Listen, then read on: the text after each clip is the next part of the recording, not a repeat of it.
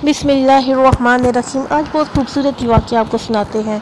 हज़रत उमर रज़ी अल्लाह तआला अन्हु और उनके 9 साथी ना रूम की कैद में आ गए तो उनके साथियों को ना शहीद कर दिया गया। हज़रत उमर चूँकि बहुत खूबसूरत थे तो ईसाई बादशाह ने कहा कि अगर तू अपना दीन तब्दील कर दो तो मैं तुम्हें अपनी आधी रियासत भी दे दूँगा और अपनी बेटी की शादी भी ना तुमसे करवा दूँगा। तो हज़रत उमर रज़ी अल्लाह अन्हु ने कहा कि अगर तुम ये पूरा अरब और ये मुल्क रूम की रियासत भी अगर मुझे दे दो ना तो मैं एक पल के लिए भी अपना दीन नहीं छोड़ सकता। सुभान अल्लाह, देखो कैसा इश्क है अपने दीन से। तो बादशाह को ना एक तरकीब सूझी।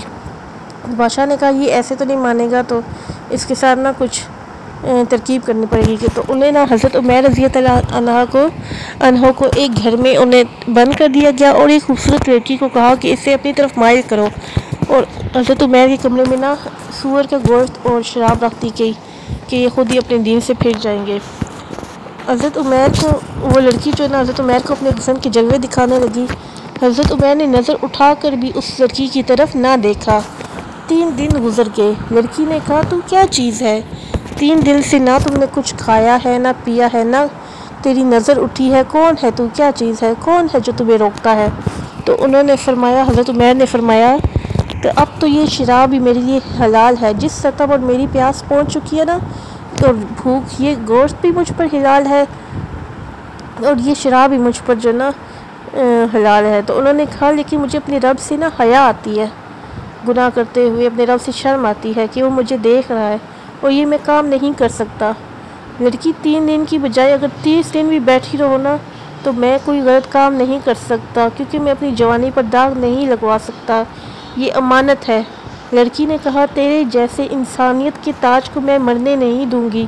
उस लड़की ने ना वादा किया और लड़की बाहर निकल कर उसने बादशाह से कहा कि तूने मुझे किसके पास भेजा है, लोहा है ना वो खाता है ना पीता है या पत्थर है कि नज़र उठाकर भी नहीं देखता, मैं उस पर क्या हाथ डालती। रात को लड़की आई और जो है ना खाना ले आई और आप रज़ी अल्लाह अन्हु के लिए ना पानी ले आई और आपको बताया कि हज़रत उमर को के लिए ना दरवाज़ा खोल दिया। हज़रत उमर की मदद की ना और बताया कि यहाँ से निकल जाओ और ये जो कुतुबी सितारा है ना जो तुम देख रहे हो इसे अपने दाएं कंधे पर रखो और यहाँ से चलते जाओ, एक दिन तुम इराक़ पहुँच जाओगे। हज़रत उमर रज़ी अल्लाह अन्हु ने ऐसा ही किया। तो ऐसे करते कि जो है ना दिन के वक्त छुप जाते और रात के वक्त ना सफ़र करते। चौथे दिन वो इसी तरह जाते हुए चौथे दिन जब कहते दिन के वक्त मैं छुपा हुआ था तो मुझे घोड़ों की आवाज़ सुनाई दी कि मैंने सोचा कि शायद मुझे ना उस बादशाह के फ़ौजी तलाश करते हुए ना उन्होंने मुझे ढूंढ लिया है और यहाँ तक पहुँच गए हैं।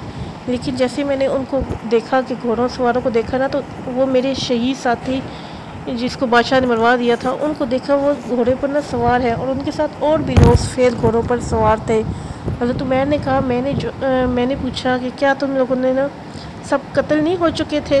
तो उन्होंने कहा हाँ, लेकिन अल्लाह के हुक्म से शोदा ज़िंदा है और उन्हें हज़रत उमर बिन अब्दुल अज़ीज़ रहमतुल्लाह अलैहि के जनाजे में शिरकत की इजाज़त दी है। हज़रत उमर की देखें, उनकी जनाजे में शहीद आ रहे हैं जनाजा पढ़ने, क्या उनकी जो है ना क्या उनकी अज़मत है।